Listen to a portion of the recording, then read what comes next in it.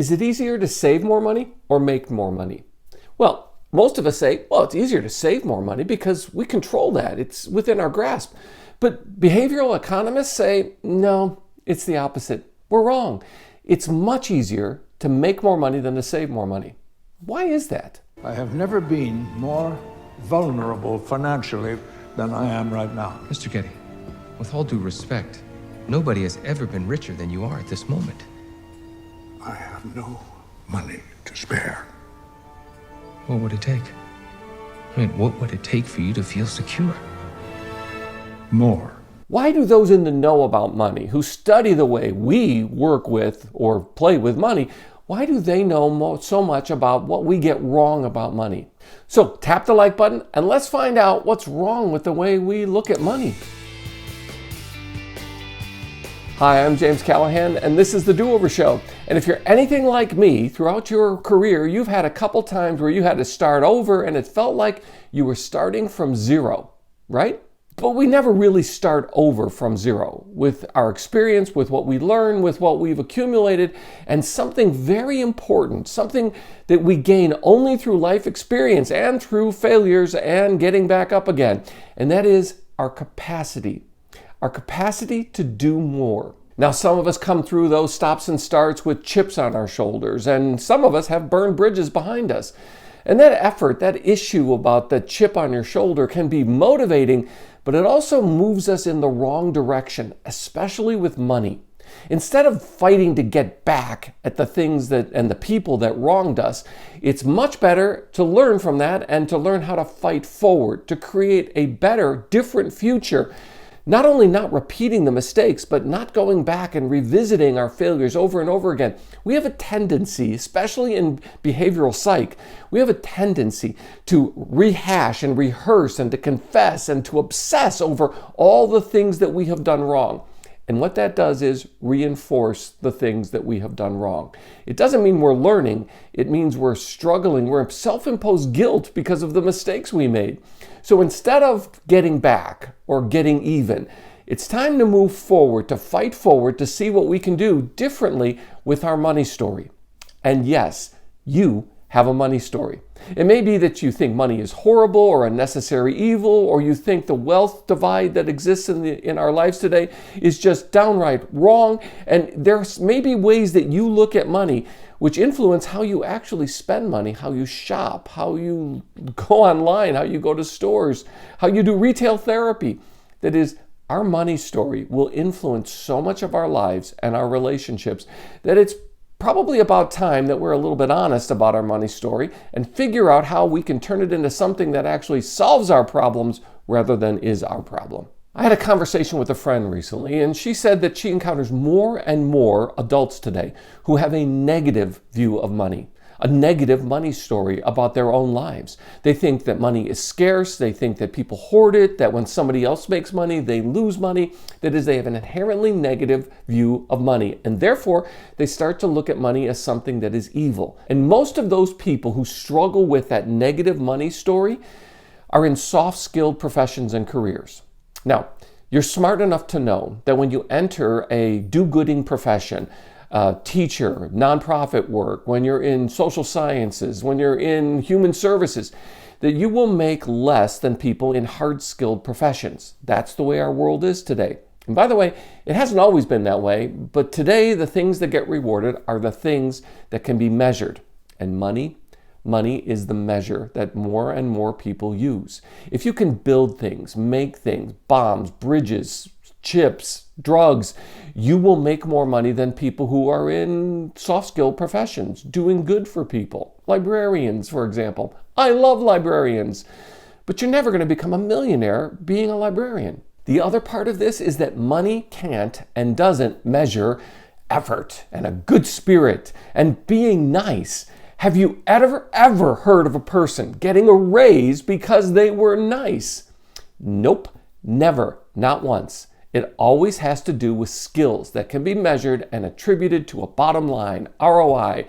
Does it make us or lose us more money? So back to that adage, it's easier to make more money than it is to save more money. Why do we struggle with that? If you're a saver at heart, then you like to hold things back and reserve them, to control them, to hang on to them. You're not a hoarder necessarily, but you have this zero-sum mentality about life. That is, there's only so much, and you need to save or retain what has become yours, to own it, to possess it, to keep it secret and quiet. That's why most of us are very, very private when it comes to money, unless you've got some or you want to use money to show off. So you buy a car or something with a logo on it to show that you've spent a lot more money than your neighbor. That is, to do things with our money that show status or try to impress people that we don't know with things that we really don't care about. So if you're struggling with the zero-sum view of life, you probably are saying to yourself, hey, that's really harsh of you. Well, yeah, it is harsh. If we make $50,000 a year, and that's around the little above the national average for people who are in the middle of their career in today's workforce in the US, and you want to save more money, what does that mean? That means you have to live on less.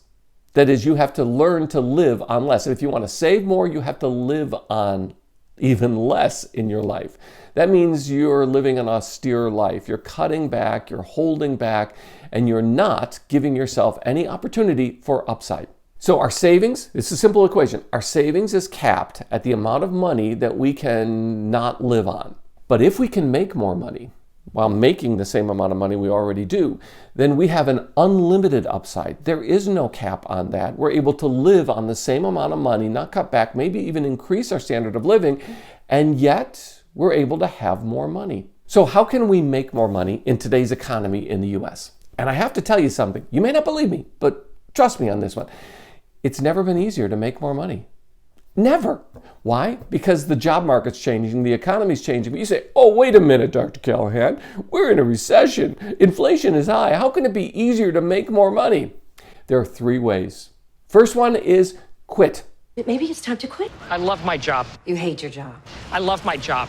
You're miserable. I love my job. Yeah, quit your job because you found another one that pays more. Here's the reality. When you change jobs every 2 to 3 years, over an average working career of 30 to 35 years, that's every 2 to 3 years, so 11 to 13 different jobs, you can do the math, you will make between 15% more over your working life and up to 40% more by changing jobs, even by making a lateral move to another job with another company doing the same work but pays more. Yes, the first solution to the problem of how do I make more money is to quit your job and go to a job that pays more money. And that gradual increase over your lifetime will make you up to 15 to 40% more than the person who stays with their current job. Now think about it, especially in today's economy with high inflation. If you stay in your job and you get a 1, 2, 3% raise from a generous employer and you stay there for 30, 35 years, you're not even keeping up with the cost of living.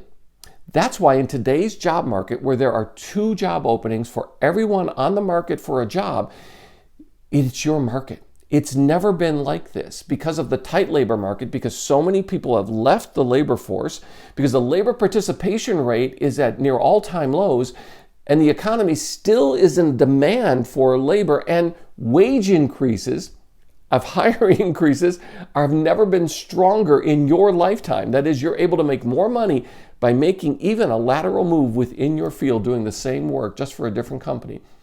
It is your opportunity. The first solution to how to make more money is to quit your job because you have another job. The second way to make more money is to add a certificate or something of measurable value. Measurable value. It's not just, I learned something on YouTube, but rather that you qualify, you get an external validation, a certificate saying, I've added a skill set. It could be in SEO, it could be in marketing, it could be in your field and business, and one of the niches that you are working in, that you make yourself more valuable to your employer today so that you are more liable, if your company has this culture, of promoting internally. By the way, not all companies have that experience. A lot of companies will hire somebody for a higher level position from an outside source, and they'll keep you working, doing more of the same. That's a problem. And if you work for one of those companies, please consider a move. Leave the company because they're not going to reward your faithfulness.